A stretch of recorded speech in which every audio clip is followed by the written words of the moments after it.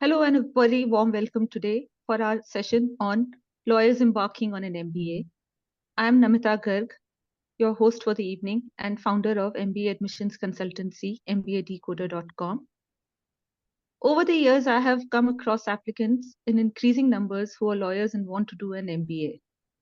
Surely they have a unique profile and which is very differentiated from overrepresented categories such as consultants, engineers, and finance folks. However, they also face some challenges in the MBA application process. We are here today to demystify MBA for lawyers. And I'm joined here with my friend and co-host, Pranay Kapoor, who's a corporate lawyer with 8 years of experience in India's top law firms and a recent graduate of ESA MBA. Hello, Pranay, and a very warm welcome on the show. We are happy to have you here. Hi, Namita. It's a pleasure to be here on this show. And I hope, we can share some of my own experience today to our viewers and encourage them to do MBA applications. Okay, that's great. Why don't you tell us a little bit more about yourself, Pranay? Thanks, Namita. So if I had to describe myself in 3 words, I would say that one, I'm a passionate person. Two, I am curious. And three, I am empathetic and perseverance. So those are 4 words actually. I would say that my career aspirations have revolved around these 4 traits, which have been within my life, and all my decisions have sort of reflected these particular aspects. But to share my professional experience briefly, I recently graduated from the full-time MBA program at ESA Business School. Always wanted to work at the intersection of strategy and finance. Hence, last summer, during the summer internship, I interned as a strategy consultant with EY Parthenon, where I had a wonderful opportunity to work on 2 growth strategy projects. Now, prior to MBA, I actually worked as a corporate lawyer at a top tier law firm. I spent about 8 years, which was involved working in-house as well as at the law firm. And as a corporate lawyer, I specialized in mergers, acquisitions, and private equity transactions. And I did all the work that lawyer tends to do, in sort of executing the corporate transactions. I would say that outside of work, I'm very passionate about giving back to the community. So I actually volunteered with a nonprofit organization for a period of 10 years. A fun fact about me is that when I was in high school, I had opportunity to meet and receive a letter of appreciation from Bill Gates for the contributions that I had made to Microsoft at that point of time. So it's a pleasure to be here. Wow, that's very, very impressive. And we are happy to hear your story. So, coming to today's session, we have broken it up into 3 segments. We'll talk about what motivates a lawyer to do an MBA, how should they navigate the application process, and what exactly do they learn at business school, and what is the experience like.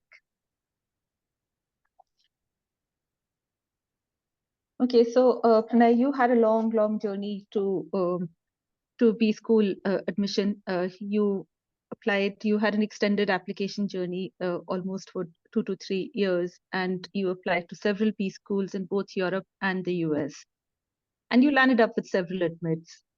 Why don't you tell us about your application journey and what was your motivation for an MBA?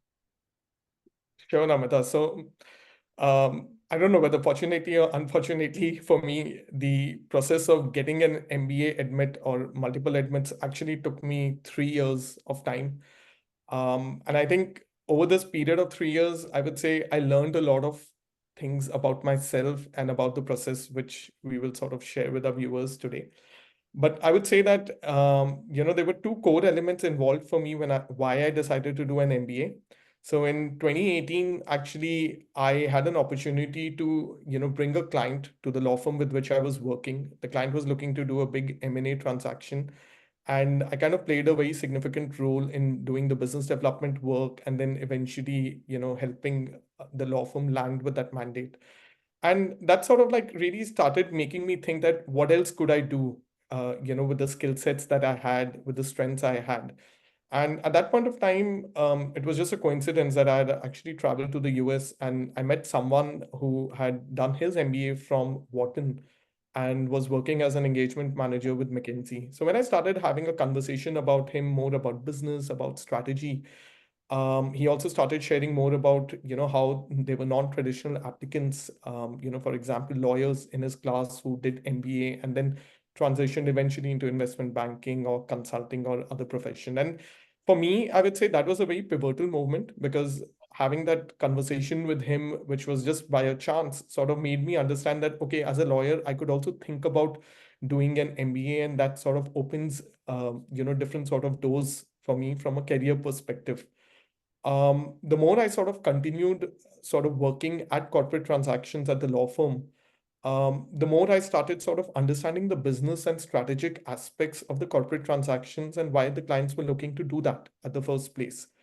So as a corporate lawyer, for example, the most first few years of your career, and I would say even later on, you spend a lot of time doing due diligence. And when you do due diligence on target companies, you kind of understand the business model of different companies. For example, I did it for a football team, I did it for alcohol beverage, hospitals, tech, fintech, every different kind of industry that I did. And the more I did, the more I understood the business aspect. The more I started having conversations, folks from CXOs to investment professionals who made me understand, what was the big reason or the strategic reason for the client to take that transaction forward. And for me, that sort of really started making me realize that, okay, I think I want to be a business leader. I want to be in a role that sort of not is just involved in executing a transaction, but is involved in, conceiving the strategy for the client. And I felt that as a business leader, I could really make a big impact. And for me, I realized that the obvious way of transitioning would be to do an MBA because that would open different doors for me. So for me, that has been the biggest motivation for me to kind of pursue an MBA. And even after like year one and year two, when I did not get the admits, my perseverance and passion for becoming a business leader was very strong. And as a result, I decided to continue doing my MBA applications and then, get an admit. So I would say that, when you do an MBA, it also sort of gives you an opportunity to kind of look at two things. The first aspect is thinking about the opportunity to move to a new geography. So for a person like me, I was always interested in moving abroad, living and working there. I had that opportunity briefly when I did a secondment while I was working at my first job. But this was something I wanted to kind of do it now and spend a good portion of time. So doing an MBA opens the opportunity to move to the US or to move to the EU.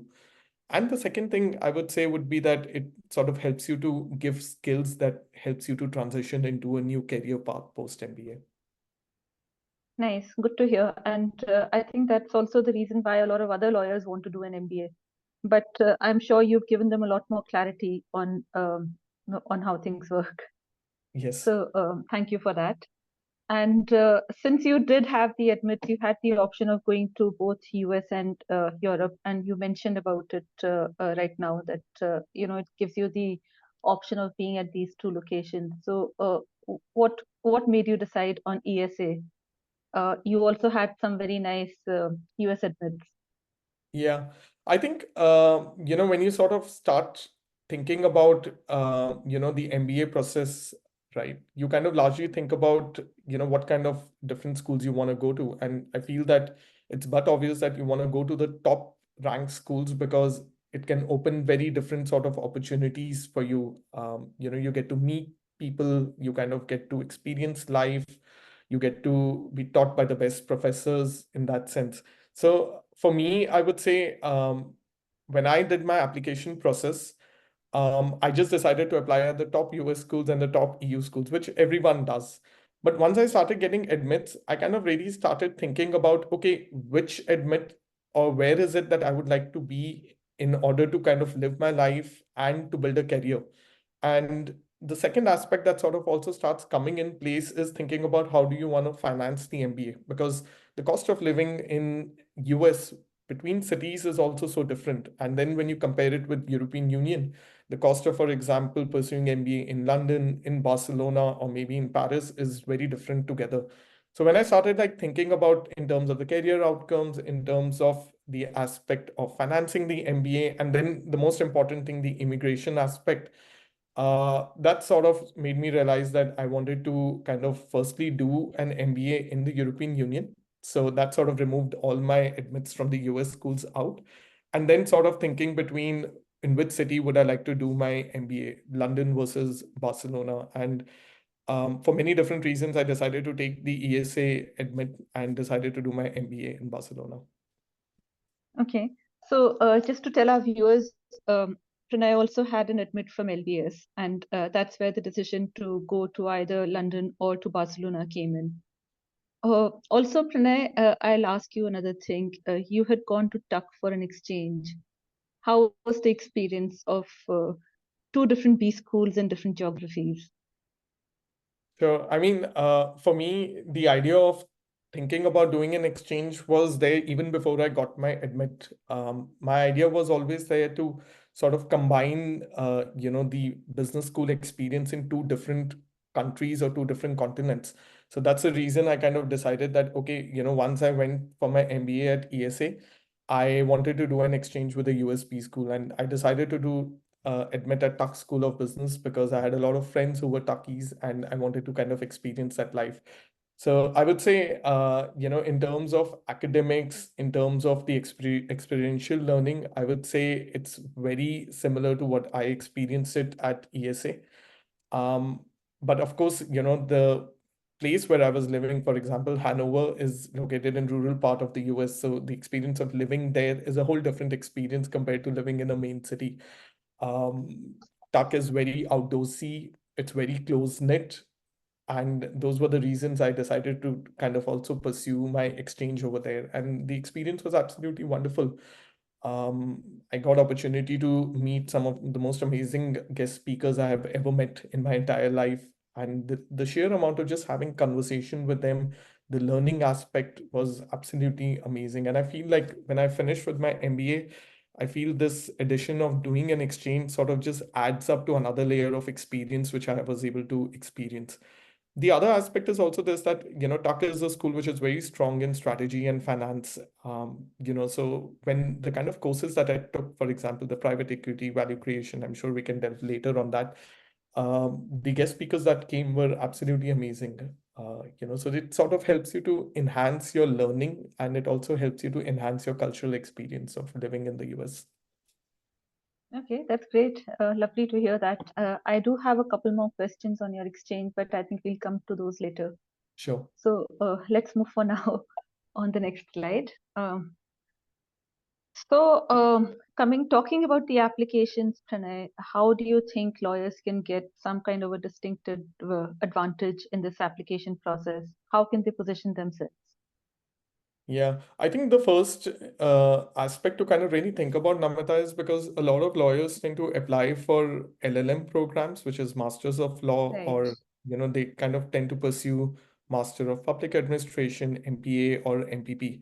And the admission process for these programs versus MBA is very different. Mm-hmm. And I think firstly, for me, I kind of knew what was the different components of doing the MBA application, but I severely underestimated the amount of work which would be needed to bring each component of application doing really well. So, I mean, if you start off with, a GMAT or GRE score, this right at upfront becomes super important. And why I think for lawyers it becomes even more sort of a tough point, at least personally it was for me, was because the last time I did quant work was when I was in high school, and then after doing quant related work, after 8 years of not doing or doing very little, sort of really comes, to you. And for me personally, improving on upon the test score was a very important aspect because typically your GMAT and GRE score, as you would know, for Indian applicants needs to be higher than what the median of the school is. So when I was doing my applications for the first year, my test score was actually very low. So I needed to like go back and ensure that it was actually higher than what the school's median or average is, and then sort of work towards it. So it took me like a long time to kind of just ensure that I had a competitive GMAT and a GRE score to kind of start with that. So I think that's the first bottleneck I feel any applicant or lawyer sort of faces because this is something you have to ensure that you are competitive with the other applicants who are applying. Yes, okay. And yeah, and I think the second aspect is sort of really just thinking about, about your essays, about your letter of recommendations, all the other components which are involved for ensuring that you're able to put your best foot forward when you're doing your MBA applications. And I think for me, it personally involved doing a lot of introspection and motivation, in terms of why I wanted to do an MBA. So I shared the motivation with you, but in terms of introspection, I would say I had to really think about, what were my strengths, what were my weaknesses, and then what were the transferable skills. So especially when you're writing your MBA goals essay, which every school tends to ask, it's important for you to kind of really reflect and introspect. What have you learned from your professional experience? How does that transition into a goal that you are looking to pursue post MBA?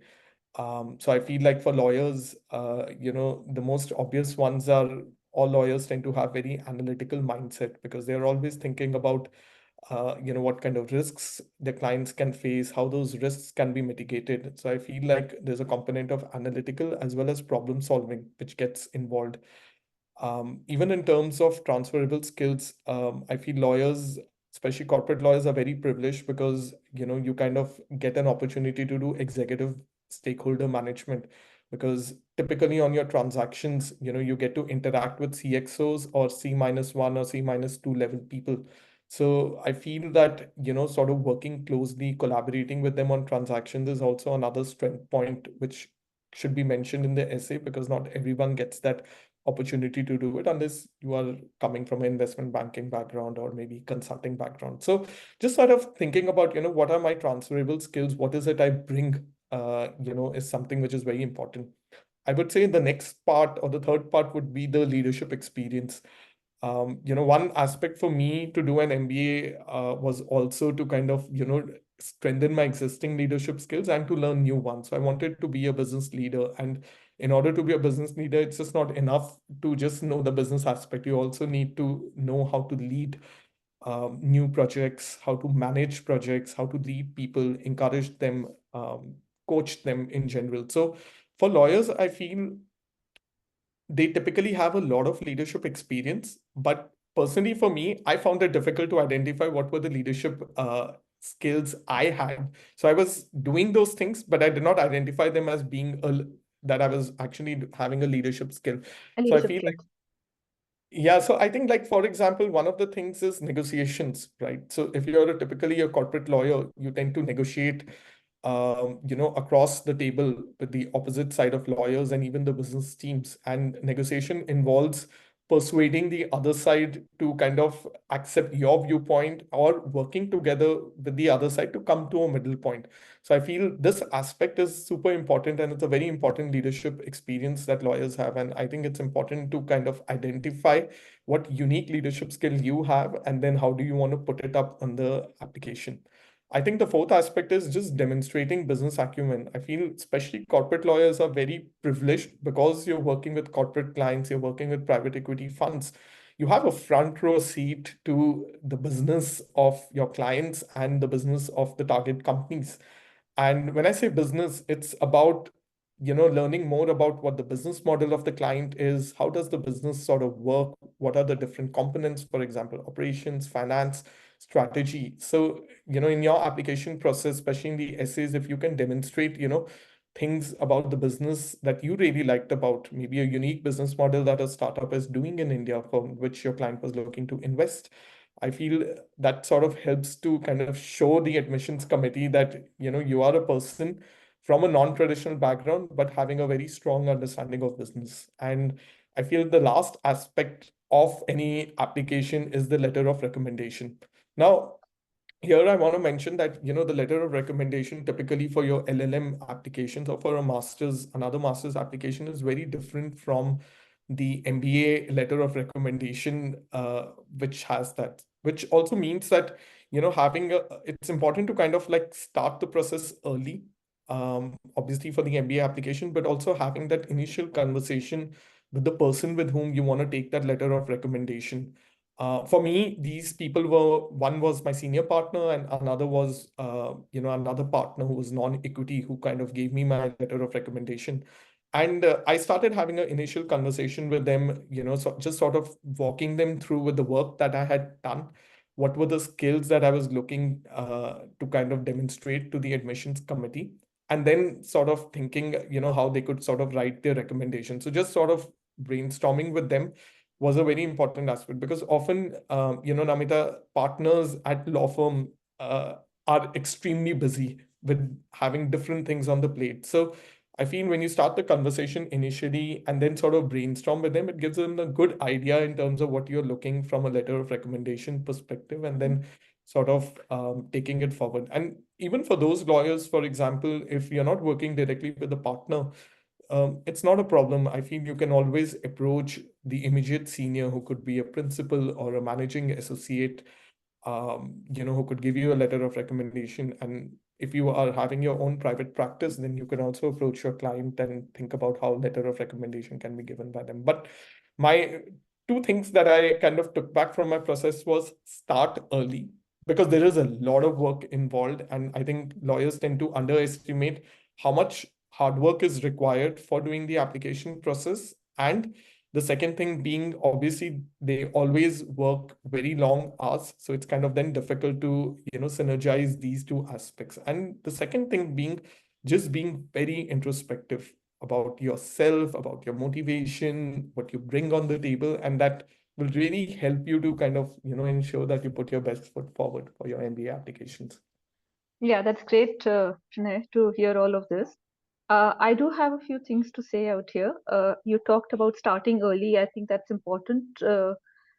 Specifically for lawyers, I would say, like you said, they work very long hours, and also there is a certain amount of hubris that we have very good communication skills, and we are better at writing. But at the same time, writing MBA application essays also requires understanding of what leadership skills are, which people don't understand that well.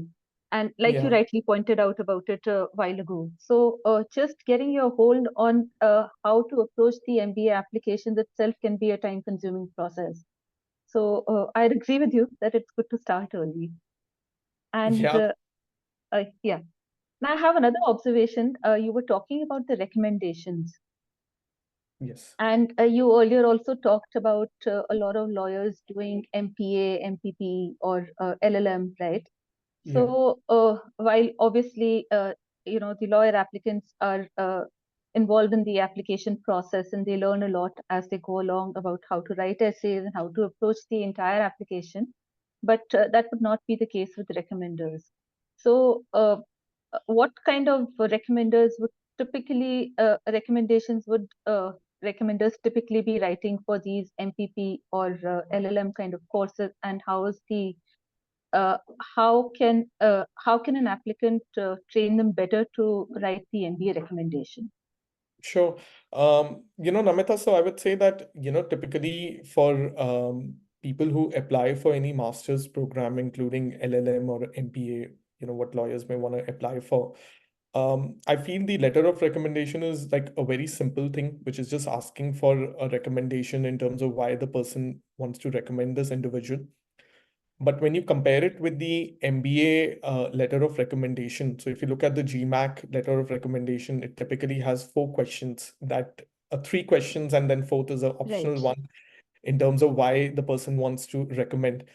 And one of the most stark contrasts is one question which was pretty tough for me for the letter of recommendation was the constructive feedback question, which is typically the second Right. question that the recommender needs to kind of provide for, the applicant, which when you compare it with a master's of law or any other masters, you kind of do not have this question that the recommender needs to sort of answer.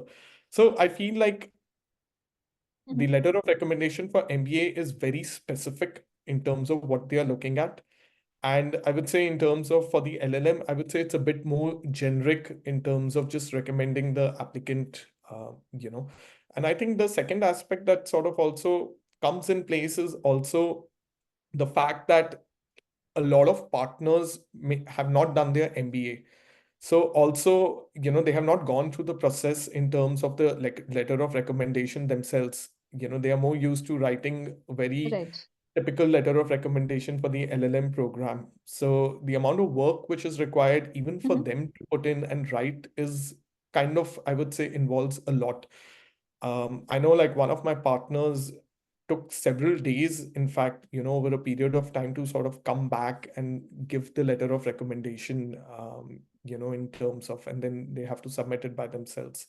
So I would say it's a time-consuming process, and I think also it requires a bit of effort from the leadership side when you compare it with the non-lawyer applicants, right? So when you are working in a more, say, a business-related function, more often than not, your recommendee is also someone who would have done their MBA. So think about investment banking or consulting. So at that point of time, they already know what the letter of recommendation looks like, and I feel they are better prepared. They know what's expected, what the admission committee is looking at. But over here, I feel as a lawyer, you have to do the work in terms of just doing the brainstorming, talking to them, and then sort of following up and then getting the recommendation. Training them on what to write. Yeah, Yeah, makes sense. I think Okay. I think it's just in terms of what you're looking at and then what your expectation is and then what they're writing at. So I feel it has to be harmonized in some sense, and this is a process which no one has any control on it Okay. except the person who's writing it. Okay. So, Pranay, you also touched briefly upon your goals on how you went about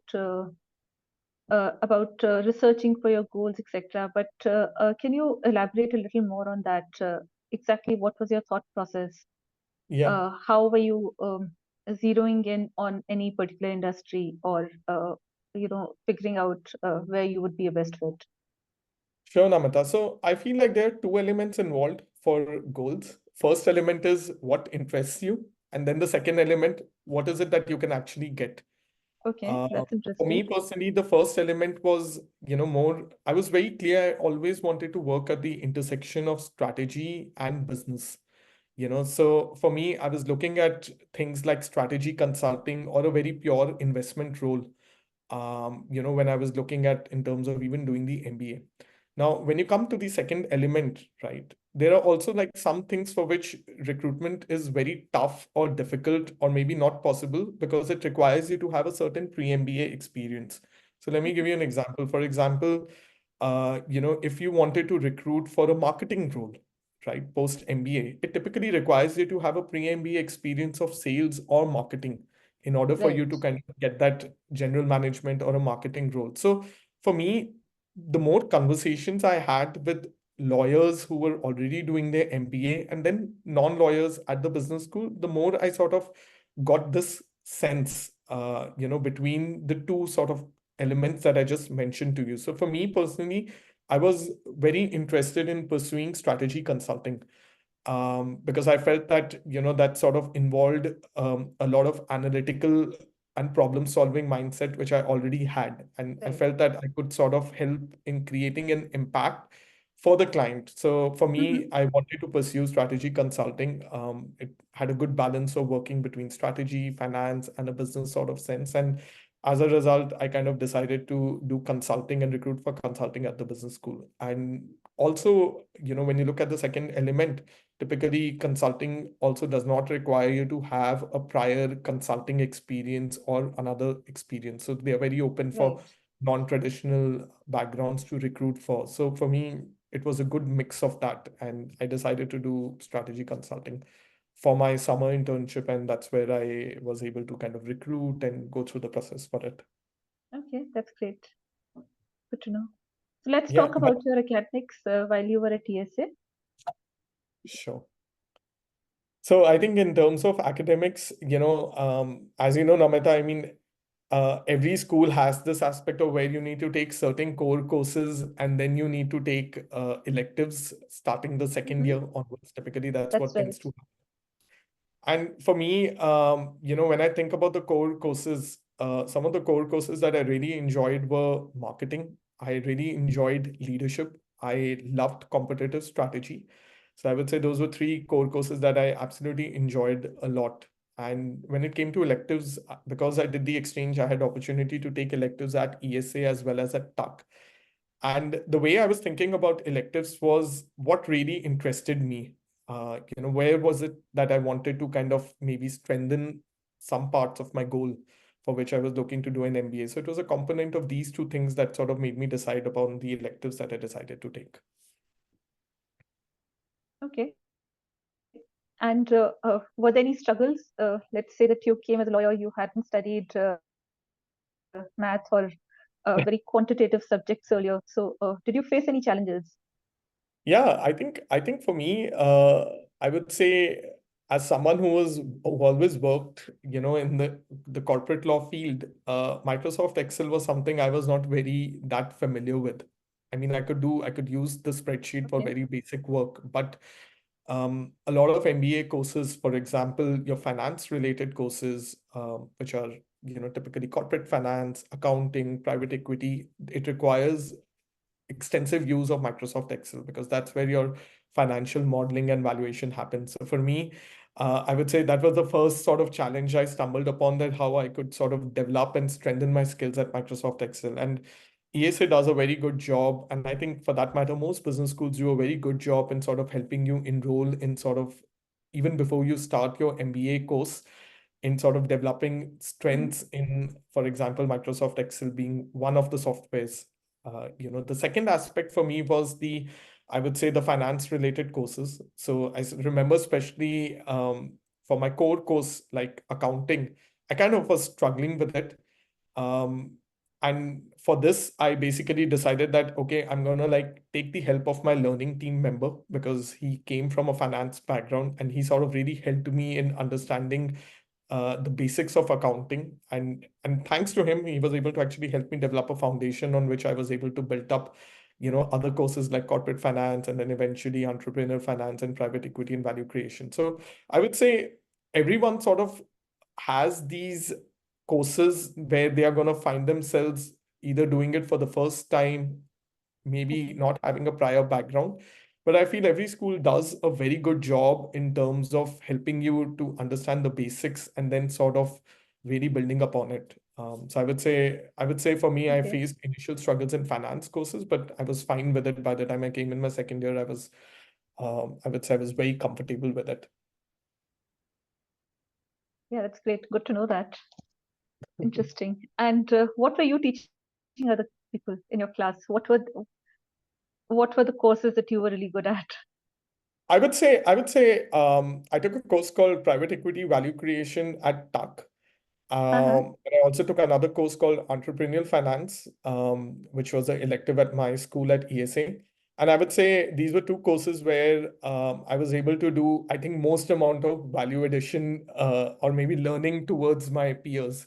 So because I was a corporate lawyer and I have seen the full cycle of a private equity transaction or any M&A transaction, I was able to share a lot of insights with my peers who maybe did not come from this background or came with this background but had a very little understanding of it. So for me, I was able to sort of share my insights, I was able to share my experiences, I was able to share my practical aspects of deal learnings with my peers. So I would say that's the most important contribution I was able to make. And even when it came to the leadership course, for example, in my first term at ESA, we have a core leadership course. I was able to share some of the things that I observed, the learnings that I had at the law firm.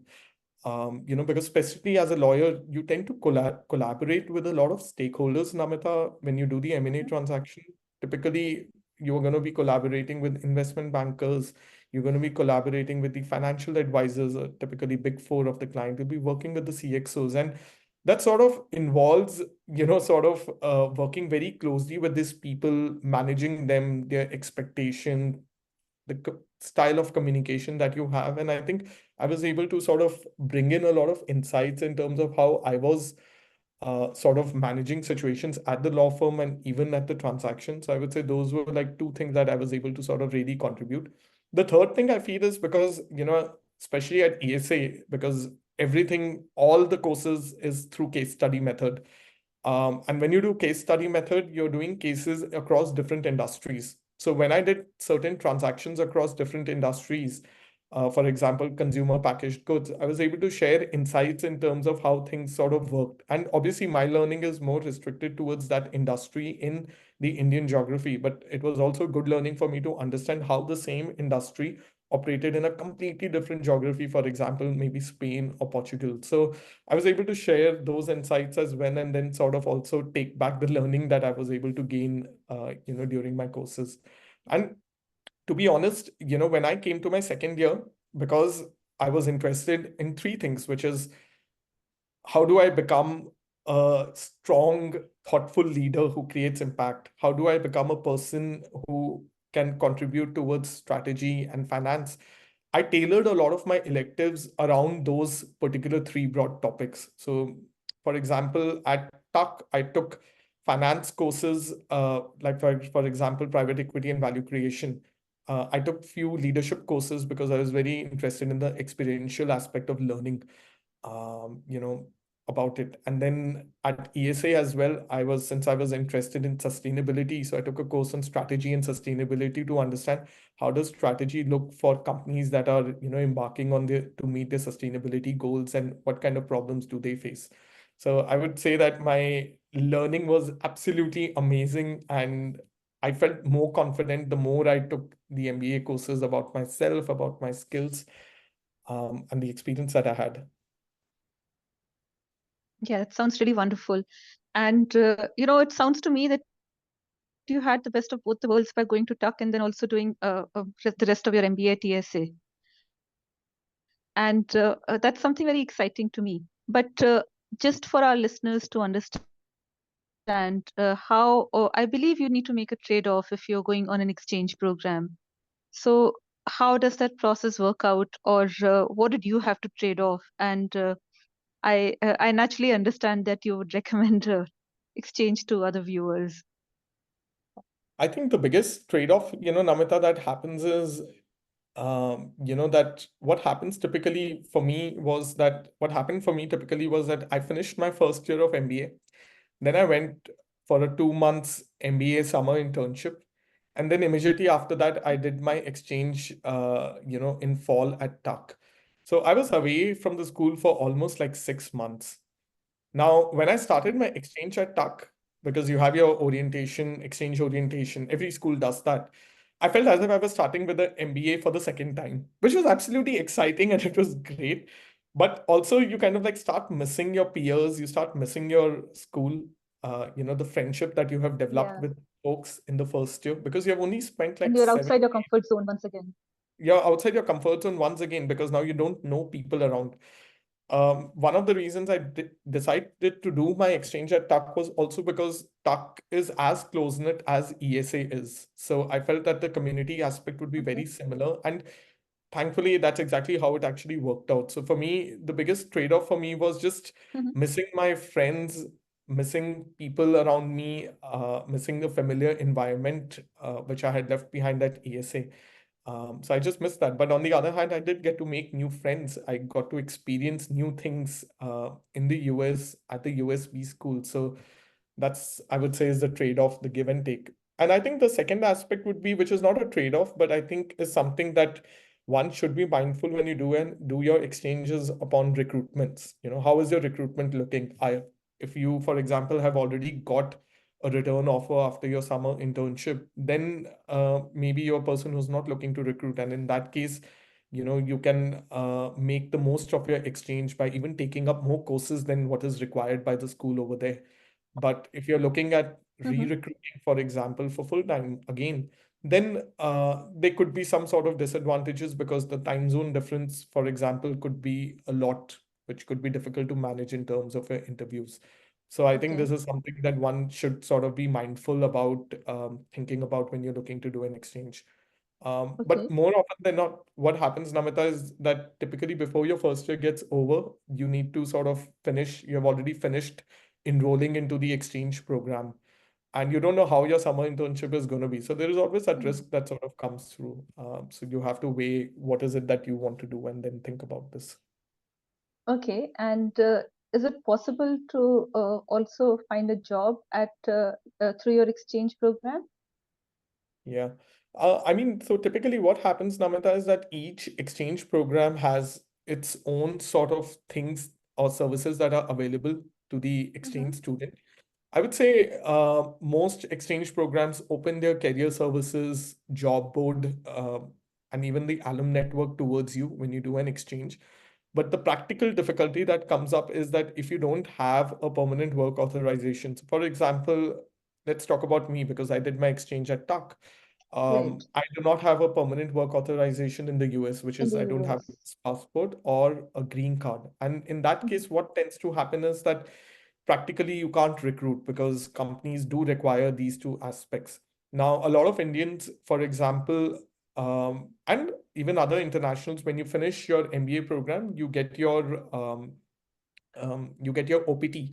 But when you go for exchange, you are not eligible for an OPT. So as a Mm-hmm. result, for which that also limits you, and then as a result, you can't recruit. It becomes tougher for you to recruit in that particular scenario. So Okay, practically, how do you manage it, even if you are able to sort of leverage the career services? that's very insightful. So, tell us about your recruitment. Typically, what kind of roles do lawyers go for? I think you touched upon it earlier. Perhaps give us a broader view and not just about yourself.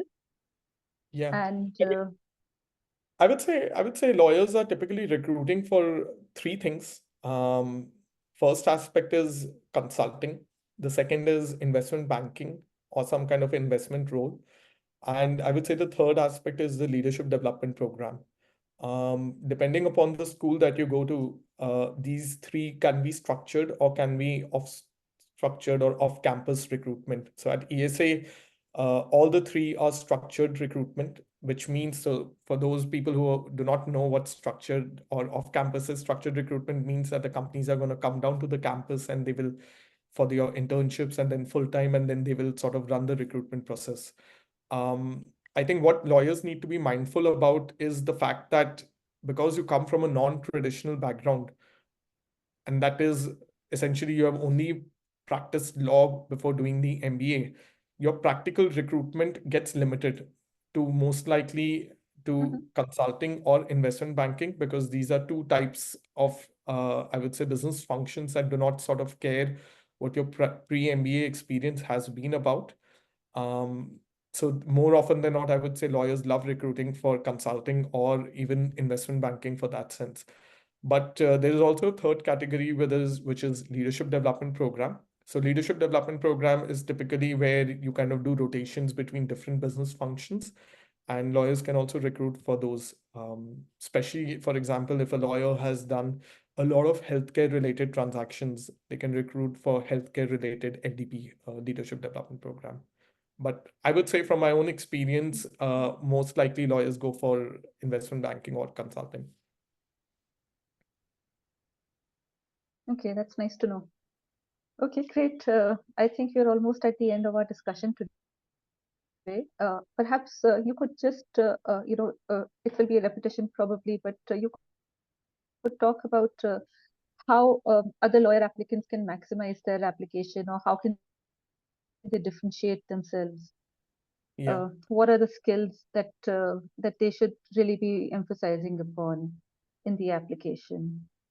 No, absolutely. I think for lawyers, I feel you have to start early just because you know how long and tough your sort of work day or is. So I think starting early is super important. And I think the second aspect is just being introspective about your own motivation. Why is it you're looking to do an MBA and what kind of career path are you looking to do? Once you sort of have narrowed it down that you're interested in, for example, consulting, then just sort of thinking about, what skills are required for consulting, and then sort of thinking and going back in terms of your own experience to see that from your own experience, what are the different things that you can take out. So, for example, the most important skill for consulting, one of the most important skill for consulting is the problem solving mindset. And you can then sort of go back on maybe the corporate transactions that you have worked and how you have sort of done problem solving for client over there. So maybe there was a client that was for some regulatory reason was not able to do a particular transaction, and that's where you decided that okay, maybe you can structure the transaction in such a way that you could sort of overcome the regulatory hurdle and then do the transaction. Or maybe when you were doing a due diligence, you kind of came across some findings which were very alarming for the client, but you sort of came up with a solution that would help you, the client, to give comfort and sort of go ahead with the corporate transaction that they were looking to do. So I would say just thinking about, just taking a step back, thinking about, okay, what transferable skills do I require, uh, for doing my post MBA goal. So obviously MBA is going to play a role. It'll provide you with a platform, but also sort of thinking about what strengths and weaknesses you have, and then thinking about how MBA can sort of help you to land that post MBA goal. So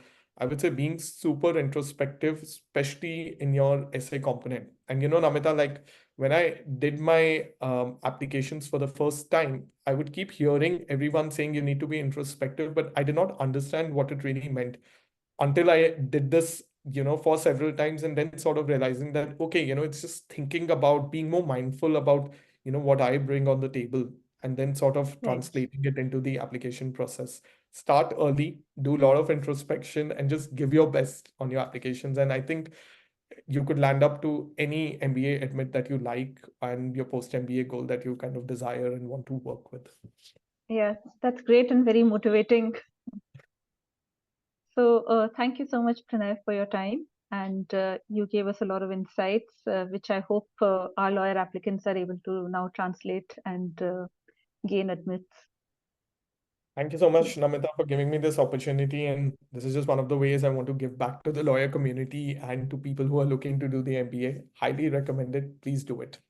Yeah, that's great. Thank you so much. Thank And you.